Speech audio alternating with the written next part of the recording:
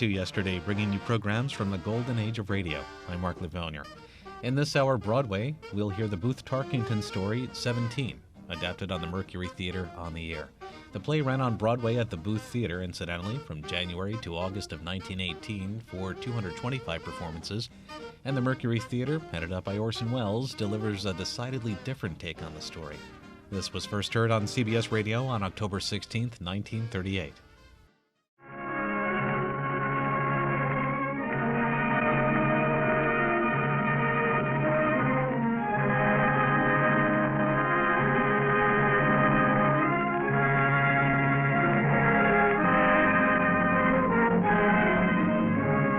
Columbia Broadcasting System brings you the 15th program in its weekly dramatic series featuring Orson Welles and the Mercury Theater on the air, the brilliant producing company which has been acclaimed by critics throughout the nation for giving to radio the same new stimulus they brought to Broadway. This evening, our play is an adaptation of a modern classic, Booth Tarkington 17, with Orson Welles in the part of William Sylvanus Baxter. But first, a word from the director of the Mercury Theater, the writer, star, and producer of these broadcasts, Orson Welles. No man can explain the mystery and misery of being 17. That period which is almost a full stop in the involved sentence of a man's life, when every man's universe has growing pains, and every man is his own Hamlet. Booth Tarkington has left us a perspective of this sharp condition of human agony, so true and brutal and beguiling that posterity will understand William Sylvanus Baxter long after a new and easy world has forever abolished the institution of adolescence.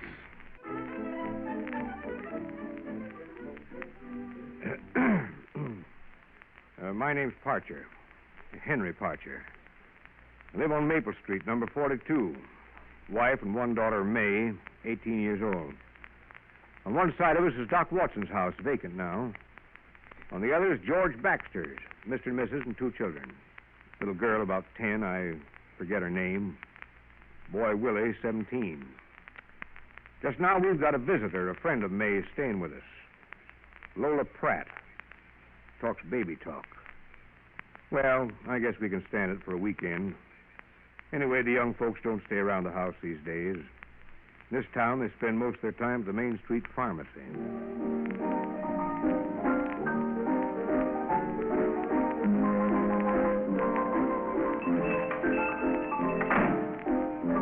Hi, Ray. Hello, everybody. Hello, ma'am. How's tricks? Oh, nothing new. Town's dead. Well, Mr. Baxter, what'll it be? Make it a banana split, Ray. Yours, Mr. Bullitt? Same. Wow, you boys must be flesh today. Oh, we got enough. Let me call you sweetheart. Love, always love. Why can't songwriters write something about something else? They will. I heard May Parcher has come back to town yesterday. Well, let her for all I care. Well, they say she's brought a girl to visit her. Said she was a regular ring-dinger. What if she is? Makes little difference to me, I guess. Oh, no, it don't. You don't take any interest in girls. Oh, no. No, I do not. I never saw one in my life. I cared whether she lived or died. Honest, is that so? Yeah, honest. They could all die. I wouldn't notice. Oh, I didn't know you felt that way about it, Will. I always thought you were kind of... Well, I do feel that way about him. You can tell him so from me if you want to. Say, would you look what's walking down the street? Isn't that May Parcher? Yeah. Say, who's that with her? Carrying the parasol and the little dog. Well, that must be the girl. Isn't she a ring-dinger?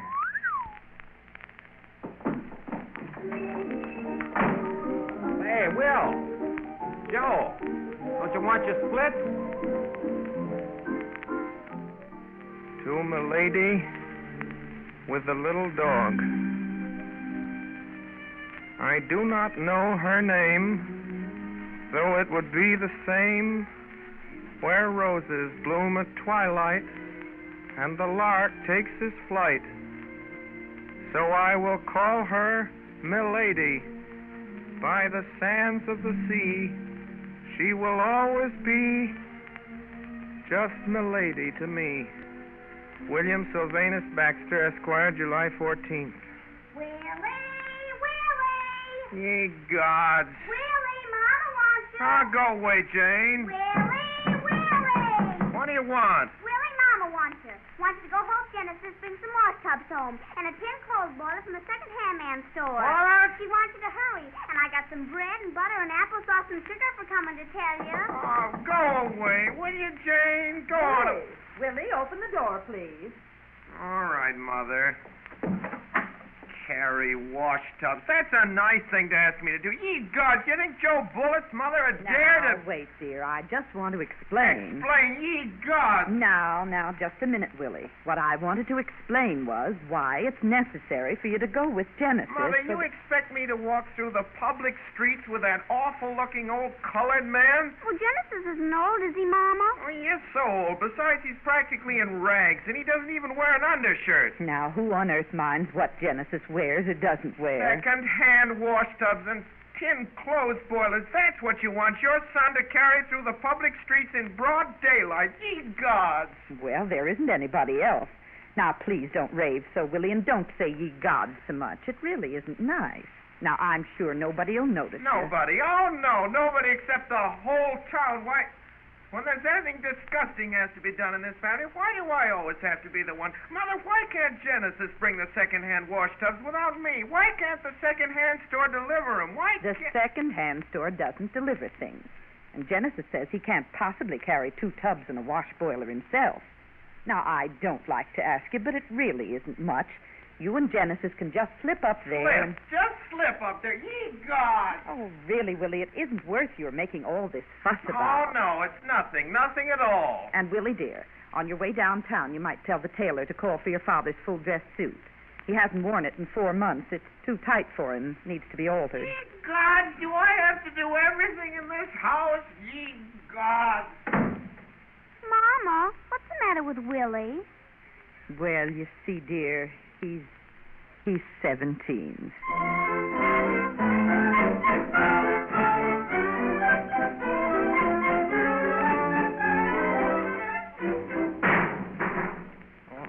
Land sakes, Mr. William, watch out.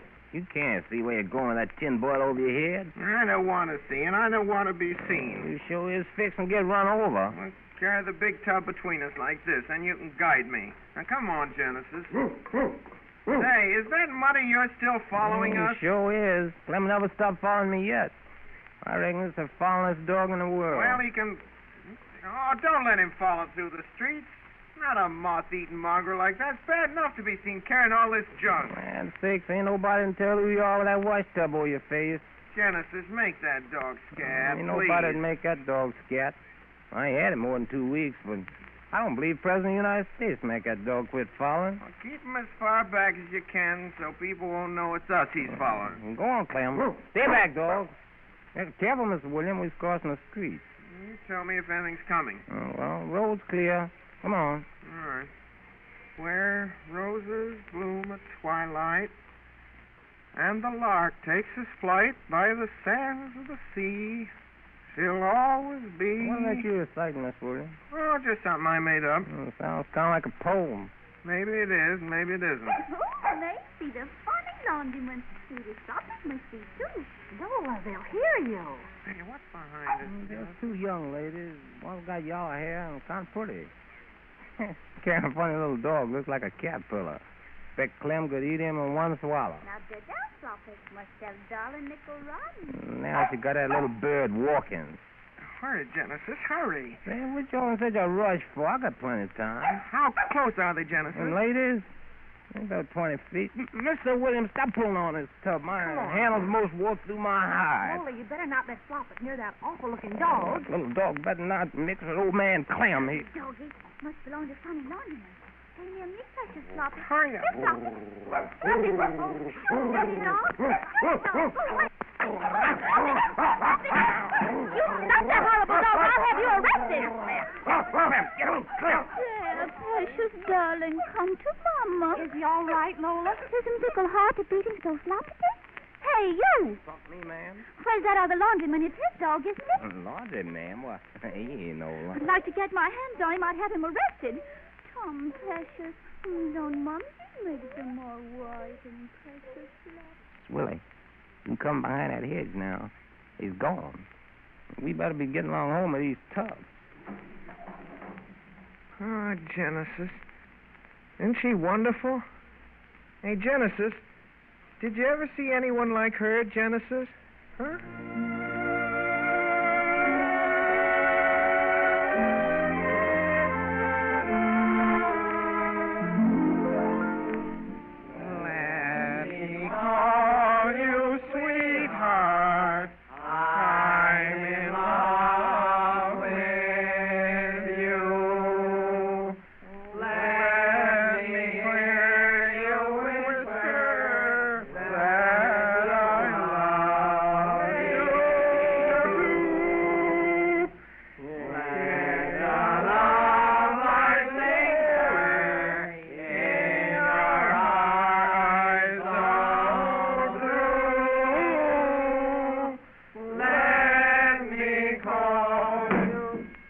Isn't that awful? When I said a week ago this was my house, it was a gross exaggeration. My daughter's guest, Miss Lola Pratt, now occupies the house. She and a pack of boys that follow her like flies after honey. The worst of the bunch is that Baxter boy, the one with the cracked tenor. Every night he sits on my porch in a full-dress suit. It's pretty big for him, and I'll bet it's his old man's. While I lie here on my bed, which is about all the space left me in my own house, trying to sleep, but it's no use. I used to think the katydids were the dullest insects you had to listen to on a summer night, but that was before Miss Pratt moved in on us. Willie, you don't have to be so quiet just because you're so indifferent. Oh, but I'm not indifferent, Miss Pratt. Honest, I'm not. Oh, but Josie Joe says you're indifferent. Ichabod Baxter is indifferent, isn't he, Sweetest Floppet? Isn't he a mean old wicked sin, Precious Floppet? Well, I suppose I am indifferent to most girls. Lola forgives him if Ichabod Baxter make imitation of Darlin' Floppet again. Darlin' Floppet, look. Oh, my soul. More. Again, Ichabod Baxter. How did he learn such marvelous imitations of Darlin' Floppet? He ought to go on the big stage and be a really actor. Wasn't he, Darlin' Floppet? He could make millions and millions of dollars. Couldn't he, Darlin' Floppet? Oh, I hardly would care to adopt the stage for a career. Would you? It's my dream. It was wonderful of you to say that to me. I shall never forget it. You would make a glorious actress. Oh, for heaven's sake. Huh? Ichabod Baxter times box us, Darlin' Floppet. Naughty Floppet. No, I mean it, but... But what can... What do you think about actors and actresses making love to each other on the stage? Do you think they have to really feel it, or do they just pretend? Well, sometimes one way, sometimes the other. Yes, but how can they pretend like that? Don't you think love is a sacred thing, Miss Pratt? Yes? I do. I think love is the most sacred thing there is. I don't mean some kinds of love. I mean real love. You take some people. I don't believe they even know what real love means. They talk about it maybe, but they don't understand it. Love is something nobody can understand unless they feel it. And if they don't understand it, they don't feel it. Don't you think so? Yes. You talk so beautiful. Love is something nobody can ever have but one time in their lives, and if they don't have it then, why, probably they never will. Don't you think so? Yes. I think real love is sacred, don't you? Yes. Don't you think love is the most sacred thing there is? That is, if it's real love? Yes. I do. I'm glad you feel that like that, because I think real love is the kind nobody could have but just once in their lives, because the real love a man feels for a girl and a girl for a man, if they really love each other, and you look at a case like that, of course they would both love each other. It wouldn't be real love. Well, what I say is, if it's real love, well, it's sacred, because I think that kind of love is always sacred. Don't you think love is sacred if it's the real thing? Yes, Ichabod Baxter. Do flop it again. Big flop it. He is Floppet.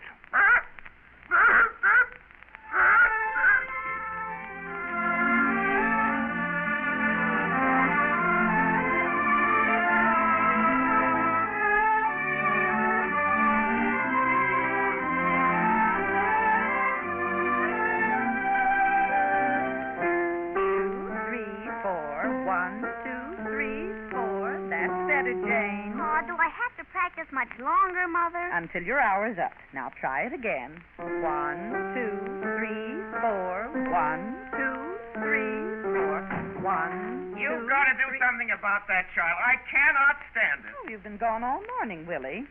I thought your father mentioned at breakfast that he expected you to put in at least 2 hours a day on your That's geometry. neither here nor there. Mother, I just want to say this. If you don't want to do something about Jane, I will. Just look at her. I ask you. That's the way she looked half an hour ago out on the public sidewalk in front of the house when I came by here with Miss Pratt. That was pleasant, wasn't it, to be walking with a lady on the public street and meet a member of my family looking like that? Oh, lovely. Well, now, Jane doesn't look so disreputable. Come, Willie, you're interrupting her piano lesson. Wait till I tell you the rest. Then she hollered at me, Mother. She hollered, "Oh, Willie!" She hollered, "Oh, Willie!" at me. Anybody'd think I was about 6 years old. She hollered, "Oh, Willie," and she rubbed her stomach and flushed applesauce all over her face, and she kept hollering, "Willie," with her mouth full. "Willie, look, good bread and butter and applesauce and sugar. I bet you wish you had some. Willie." Well, you did eat some the other day. You ate a whole lot. You ate it every chance you get. Now you hush up. She kept following us, Mother. She followed us, hollering, "Willie," till it's a wonder we didn't go deep. And just look at her, Mother. I don't see how you can stand it to have her going around like that and people knowing it's your child. Why, she hasn't got enough on. Well, for this very hot weather, I really don't think people notice or care much Notice? about... I guess Miss Pratt noticed. Hot weather's no excuse for outright obesity. I ask you to look at her back. You can see her spinal cord. Spinal column, Willie. What do I care which is it? People aren't supposed to go around with it exposed, whichever it is, with applesauce on their ears. Well, there is not. Look, I just ask you to look, and that's the sight I have to meet when I'm out walking with Miss Pratt. She asked me who it was, and, Mother, I wish you'd seen her face. She wanted to know who that curious child was, and I'm glad you didn't hear the way she said it. "Who is that curious child?" she said, and I had to tell her it was my sister. I had to tell Miss Pratt it was my only sister. Willie, who is Miss Pratt? I don't think I've ever heard of... Willie's masked on her, and she wears 4 side curls. One almost came off. She's visiting Miss May Parcher. The Parchers are awful tired of her. They wish she'd go home, but they don't like to tell her so. Now, if you don't punish her, it's because you've lost your sense of duty. Now, wait, Willie. Jane doesn't mean to hurt your feelings. My feelings? You stand there and allow her to speak as she did of one of the noblest. One of the noblest. Oh, Jane didn't mean anything. Now, don't get so upset about things, Upset! Willie. Upset, ye gods!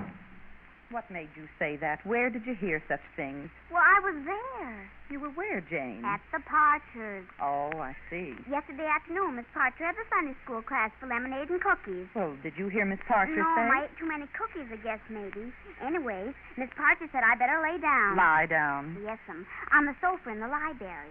And Mrs. Parcher and Mr. Parcher came in there and sat down after a while. And it was kind of dark, and they didn't hardly notice me. And Mr. Parcher said since Miss Pratt came to this, there wasn't anywhere he could go because Willie Baxter and Johnny Watson and Joe Bullitt and Miss Pratt were always arguing something about love. It made him just sick at the stomach. And he said Willie was the worst. What? And he said he couldn't sit even in the library, but he had to hear either Willie Baxter or Joe Bullitt or somebody or other arguing about love. He said, Mama, he said he couldn't stand those... Jane, you mustn't say such things. Well, I didn't, Mama. Mr. Parcher said it. He said you couldn't stand those... Jane, no matter what he said, you mustn't repeat. But I'm not. I only said Mr. Parcher said he couldn't stand those... But, Mama, how can I tell you what he said, Mr. Hush. You must never, never use such a terrible and wicked word. I won't, Mama. Oh, I know I'll say word instead. Won't that be all right? I suppose so. Well, Mr. Parcher said he couldn't stand those word boys. That sounds all right, doesn't it, Mama? I suppose so. Well, they kind of talked along. Mr. Parcher said when he was young, he wasn't any such a word fool as these young word fools were. He said in all his born days, Willie Baxter was the wordest fool he ever saw. That was very unjust and very wrong of Mr. Parcher. Mrs. Parcher said he oughtn't to say word, Mama. She said, hush, hush to him, Mama. He talked like this, Mama. He said, I'll be worded if I stand it. And he kept getting crosser and crosser, and he said, word, word, word. There, that will do, Jane. We'll go on with your practicing. Now try that exercise again. 1, 2, 3, 4. 1, 2, 3,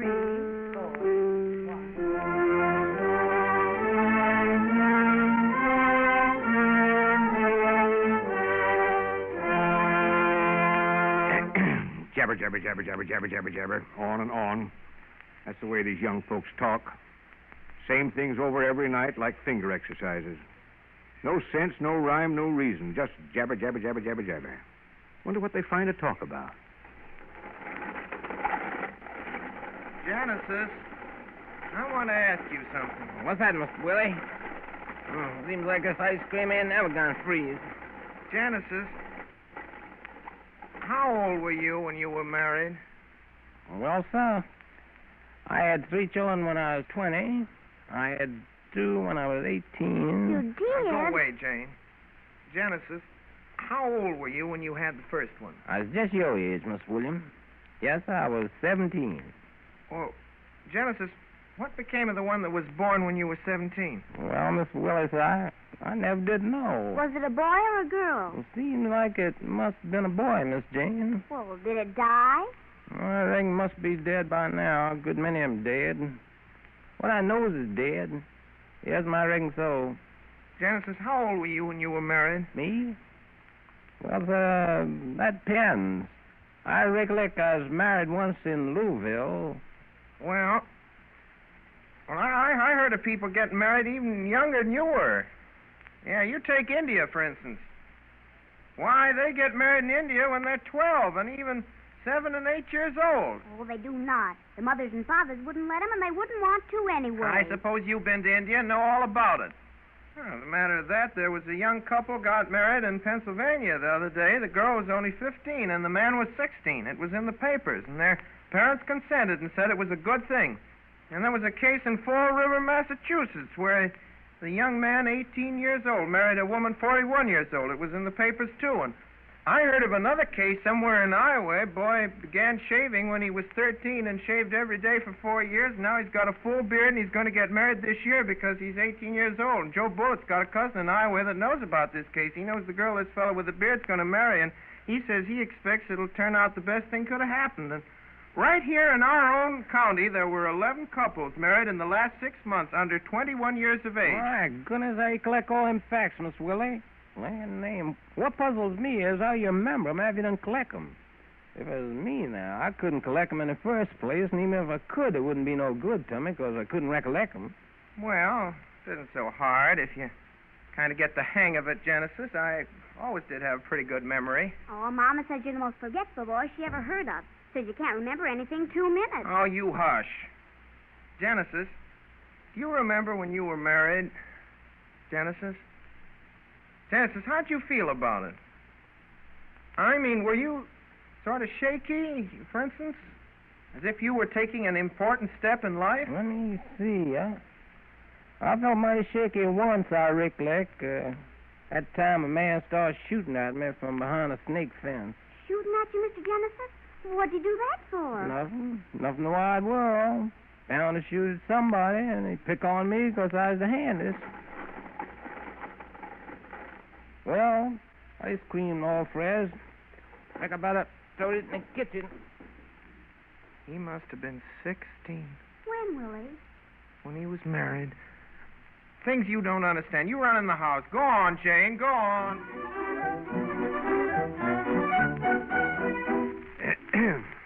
Between Willie Baxter, Lola Pratt, and the heat, I'm slowly losing my reason. This morning, I discovered my tobacco box behind a bench in the backyard.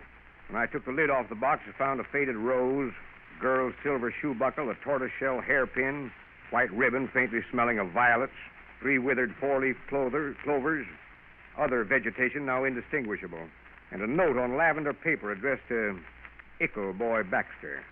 What ickle sanity I still have left, I owe to the sudden appearance this evening of a small, frank-faced child, munching on a piece of bread and butter, applesauce, and powdered sugar.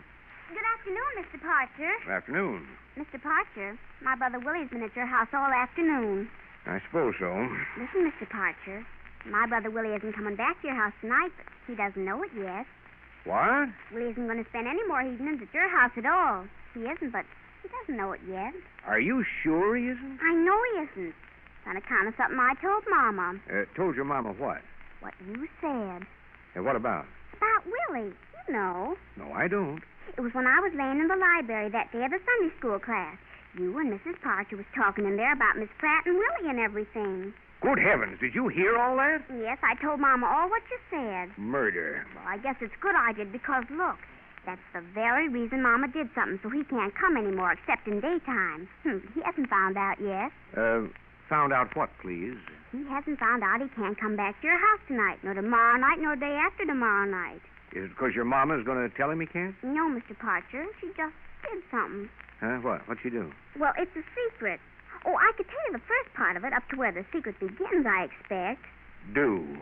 Well, it's about something Willie's been wearing. I can't tell you what you were because, well, that's the secret. But he had 'em on him every evening when he came to see Miss Pratt. They belong to Papa, and Papa doesn't know a word about it. Yeah, I thought he didn't. Well, one evening Papa wanted to put 'em on. Mama couldn't find 'em. Until, don't you believe, I saw Willie inside of 'em only last night. So I told Mama, and she said it has to be a secret. So that's why I can't tell you what they were. Well, this afternoon I was with her in Willie's room, and... Yes, yes. So there she found them under Willie's window seat, all folded up. You found what? Well, I told you it's a secret. Oh. So she wrapped the secret up, and we took it to a tailor. And she told him to make it bigger, because then it'll fit Pop again, Mr. Patcher. She said he must let the secret way, way out.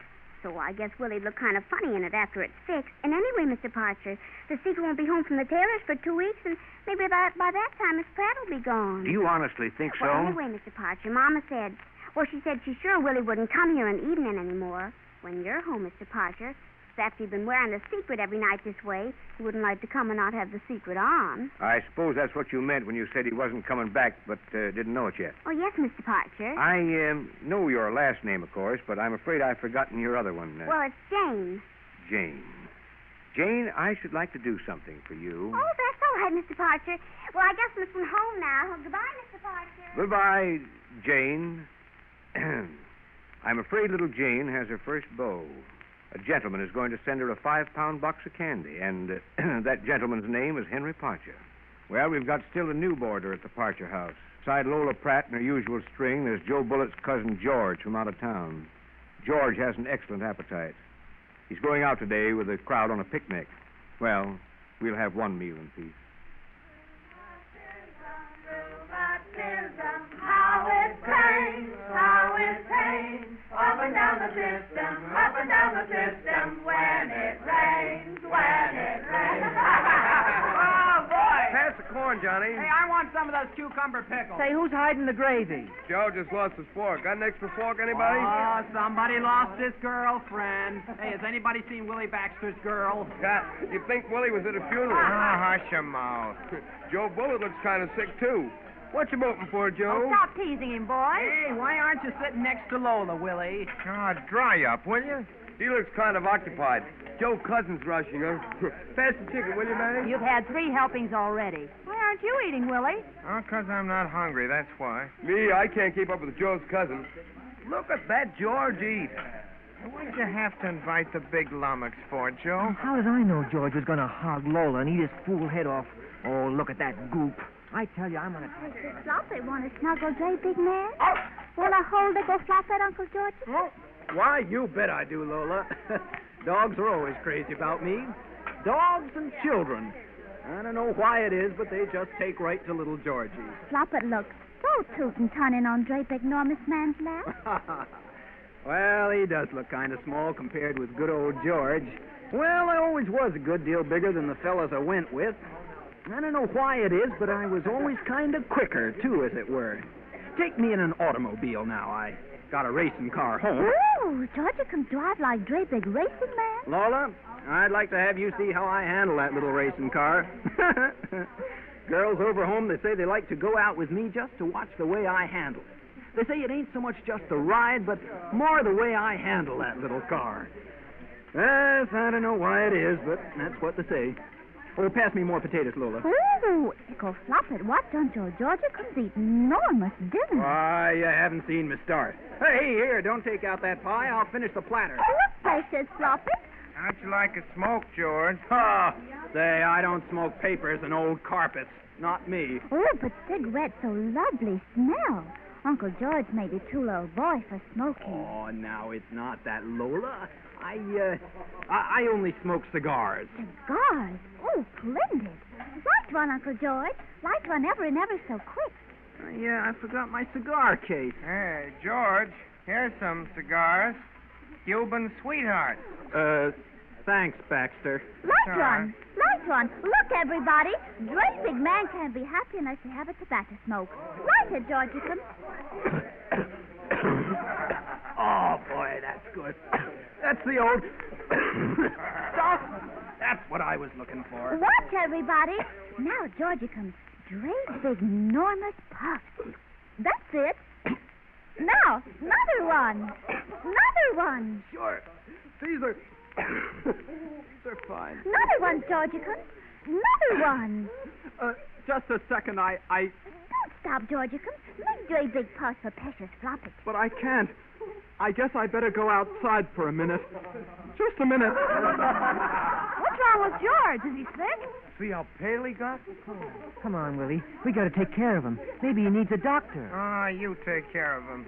The big lummox is your cousin. Echo Boy Baxter. Yes, Lola? Come here. You don't ever talk to little Lola. So indifferent today. Well, Lola, gee whiz, Don't let's talk about it. Here, take precious Floppet. Hold him nice and cozy. Floppet love old friend best, don't you, precious? Floppet love little boy Baxter better than anyone else. Don't you, Floppet?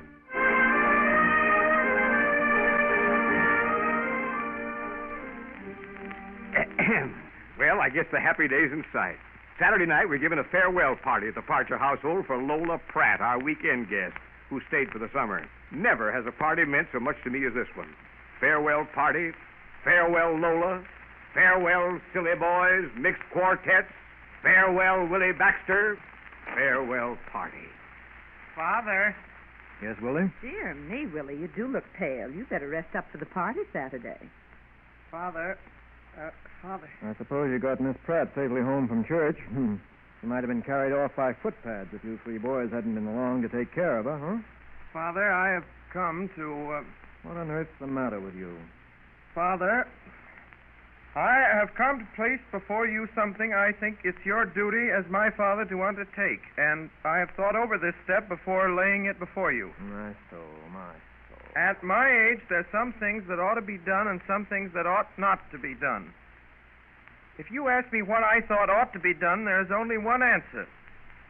When anybody as old as I am has to go out among other young men his own age that already got one, like anyway half of them have, who I go with, and their fathers have already taken such a step because they felt it was the only right thing to do, because at my age and the young men I go with's age, it is the only right thing to do, because that is something nobody could deny. At my age, I have thought over this step because there comes a time to every young man when they must lay a step before their father before something happens that they would be sorry for.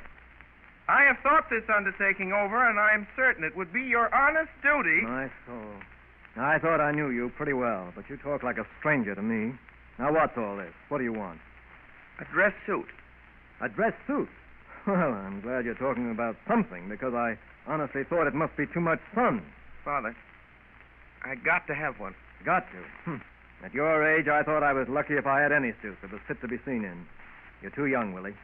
I don't want you to get anything like that on such stuff on your mind, and if I have my way, you won't have a dress suit for 4 years more, anyhow. Father, I got to have one. I got to have one right away. I don't ask you to have it made or to go to expensive tailors, but there's plenty of good ready-made ones that only cost about $40. They're advertised in the paper. Father, wouldn't you spend just $40? I'll pay it back when I'm in business. I'll work. Not the money, son. The principle that I'm standing for, and I don't intend... Father, won't you do it? No, I will not. Oh, ye gods! Oh, poor boy. He won't feel like going to the party in his everyday clothes. Poor boy, nothing. Think of his coming out here and starting a regular debating society declamation before his mother and father. I guess he can wear the kind of clothes most of the other boys wear. What's the world getting to be like? 17 years old and throws a fit because he can't have a dress suit.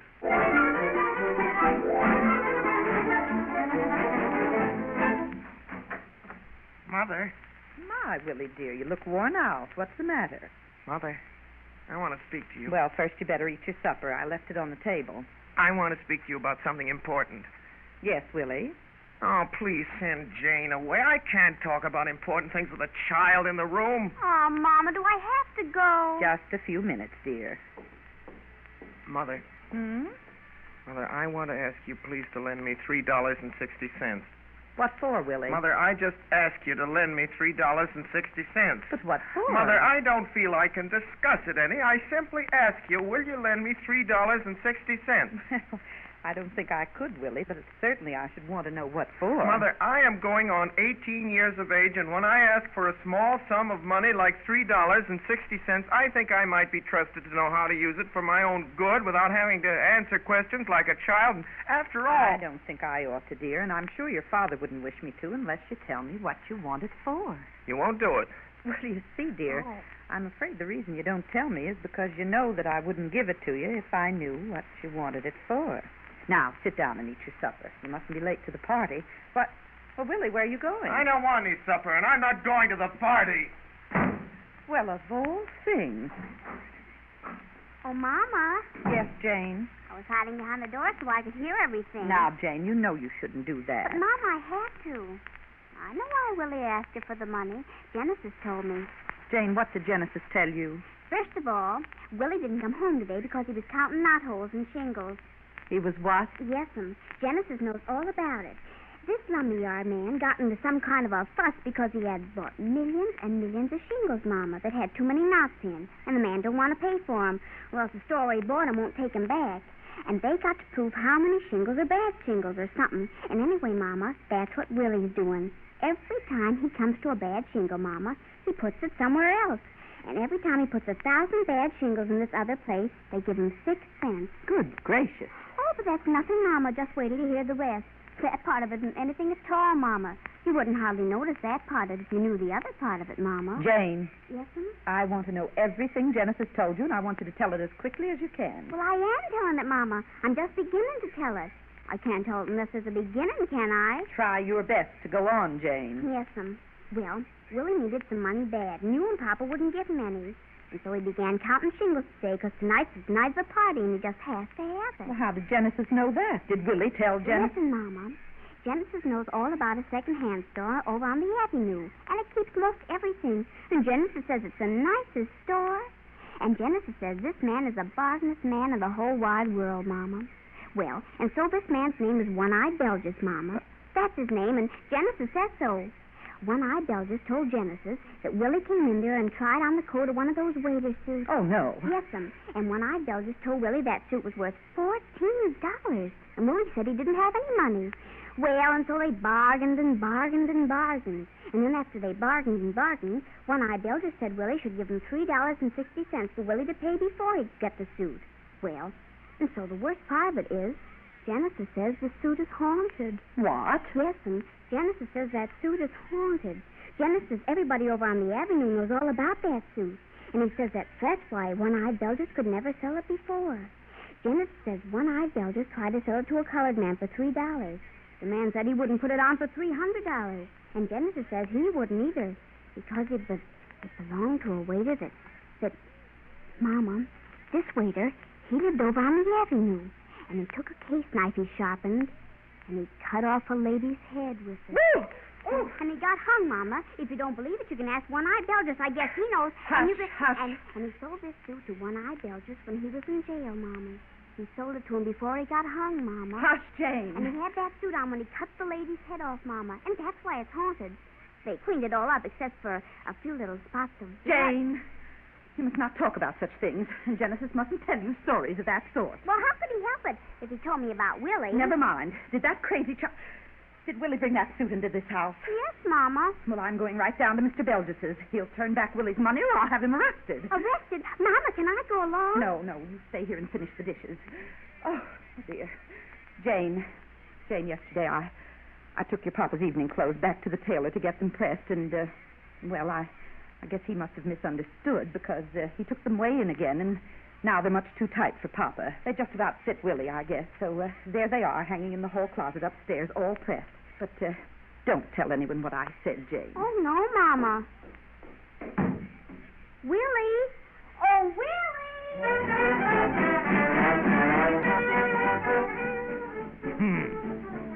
magic lanterns, music, summer night, farewell party, farewell summer, farewell Lola Pratt, farewell Lola Pratt. Lola, I gotta have a dance. Yeah, I got it, Lola. The cowboy Buster naughty. Come later, Lola's party. Lola's little dance part all filled I up. couldn't help it, Lola. Honest, I couldn't. Honest. Sorry. Lola promised boy comes all her dances. Now, listen just a second, Lola. Hey, Lola, please. Lola must go.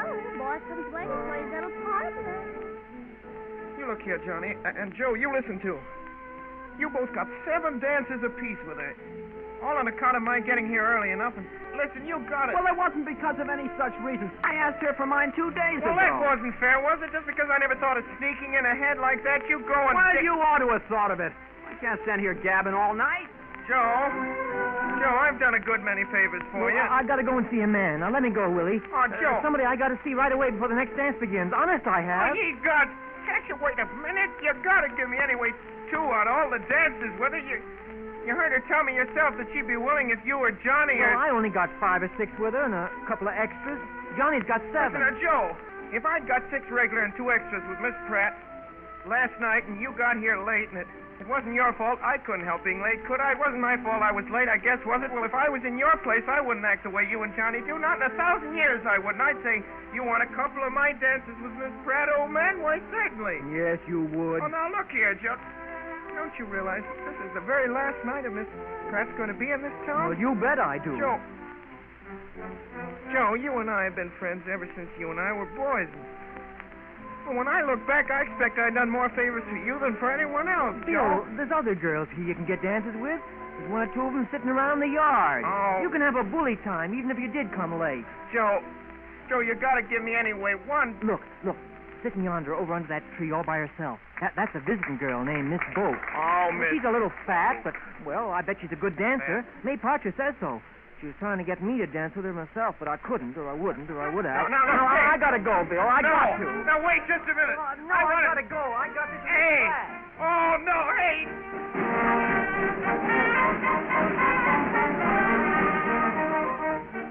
Hey, Mother. Yes, dear? Look at that Baxter boy. Must have got hold of his father's dress suit again. Now, how do you know it's his father? That's a secret between Miss Jane Baxter and myself. Say, that boy's face has more genuine idiocy in it than I've seen around here yet. And I've been seeing some miracles in that line this summer. He's looking at Lola Pratt. Yeah, that's the trouble with him. Why doesn't he quit looking at her? I think probably he feels badly because she's dancing with one of the other boys. Of course, he ought to be dancing with somebody. There are 1 or 2 more girls here than boys. He's the only boy not dancing. I believe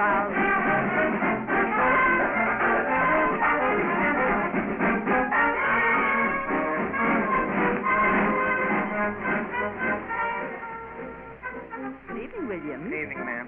Don't you want to dance? Have you looked around for a girl without a partner? Girl?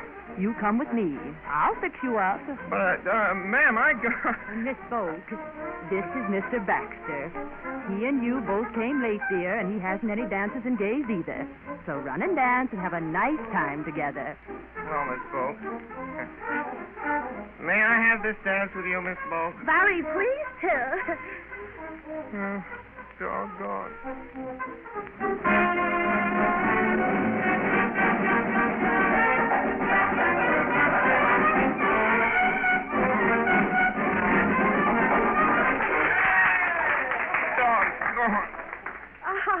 Oh, you mustn't be discouraged with yourself, Mr. Baxter. Yeah. You know, I've met lots of men that had trouble to get started and turned out to be right good dancers after all. Yeah. I'll tell you. You kind of let me do the guiding, and I'll get you going fine. No. 1, 2. 1, 2. There.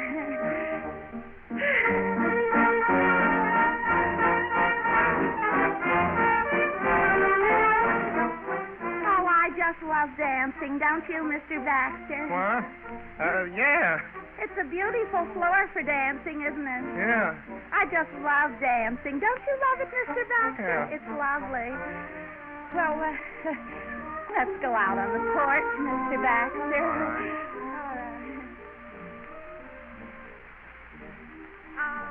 Just look at those stars. Aren't they just glorious? Yeah.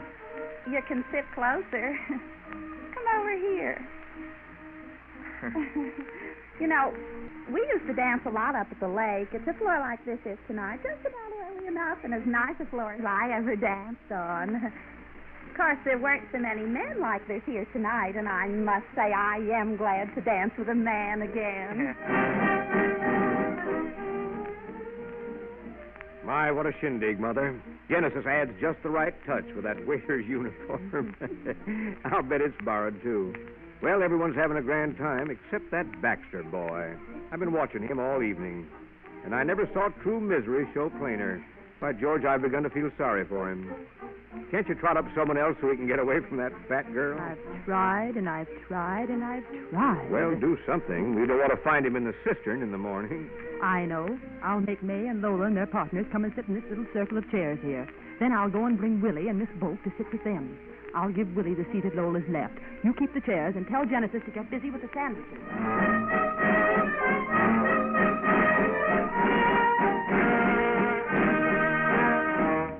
Naughty Ickle Boy Baxter. Lola's last night and Ickle Boy Baxter flirting. Now, Lola, if you let me explain, Lola. Lola saw bad boy Baxter under Dre Big Tree flirting with Dre Big Girl. Lola. Flirting all night with Dre Big Norma's girl. Lola, it wasn't. Oh, Troll? Oh. 'Twasn't my fault out dancing. Bad boy. What made you come so late? Oh. Who'd be so troll to go talk to nice men who glad to talk to her? Lola. Oh, Lola. Naughty boy Baxter Troll. I dance with Josie Wosie. Come on, Josie. Let's get started, Mr. Baxter, before the floor gets crowded. Don't let's waste a single moment. You know, when I meet a person whose step fits in with mine the way yours does, Mr. Baxter, I love to dance straight through an evening with one person.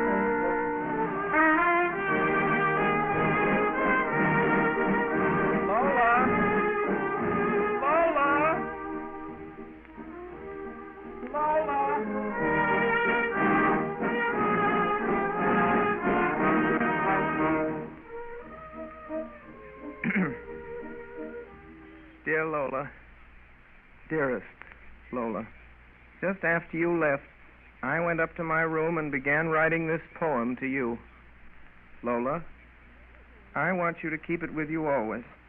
The sunset light fades into night, but ne'er will I forget the smile that haunts me yet. Willie! Willie! Look who's down here playing with me. What? Her name's Rennie Kirsten. She just moved to Mr. Watson's house next door. Now, what do I care? Let me alone. James, who's that? It's Willie. Is he your papa? No, it's Willie. Randy, let's play follow the leader. You do everything I do. Come on, you run after me. The smile that haunts me still, whate'er my name and station, whilst receiving my education, though far away you seem, I will see thee in my dream. Randy, stick your stomach out like this. Now walk with it all out of joint. I'm walking. Look, my stomach. Jane. What? Stop that putting your stomach out in front of you like that. It's disgraceful. Why doesn't he like it, James? Oh, I don't know. He doesn't like much of anything. Come on, spit out your stomach again. I will see thee in a dream. Signed, William Baxter. Darling, when you read this poem, you'll really understand me. And remember, I shall be your Echo Boy Baxter, always and always, just for you. That is your father in the window, isn't it, James? No, I told you 5 times it's my brother Willie. That's kind of crazy. That's because he's in love with Miss Pratt. She just went home after Mr. Parker pretty near died. She stayed so long. I'll see to you. Oh, run, Randy. He's coming after us. Run. I won't run, not for him. I'll stay right here. You get out of here, hear me? You get out of here. I won't. I won't. You can't force me. You're only Willie. Why, you ugly, sooty-faced, pigtail little girl, you...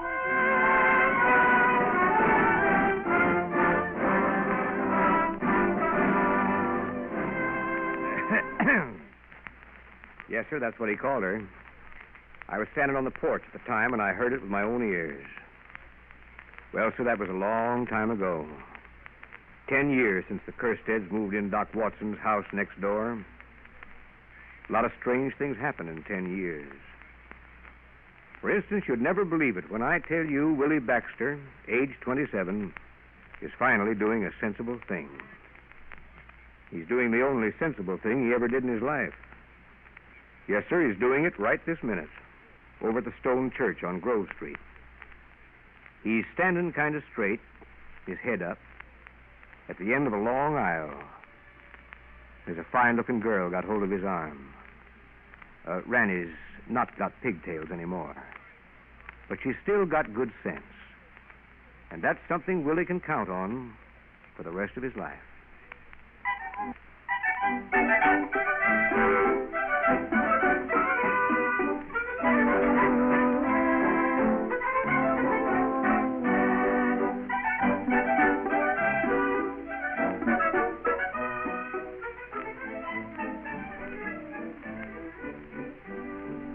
Ladies and gentlemen, you've been listening to 17. Not the celebrated stage play, but the Mercury Theater's own adaptation of the Booth Tarkington story. The Mercury Theater, on Tuned to Yesterday from the 16th of October, 1938 on CBS. And just a couple of weeks later, the Mercury Theater would perform what's known as the most famous radio show of all time, The War of the Worlds. And the curtain comes down on this hour of Broadway on Tuned to Yesterday. Be with us again for more programs from radio's past. Until our next hour together, I'm Mark Lavonier. Thanks for listening.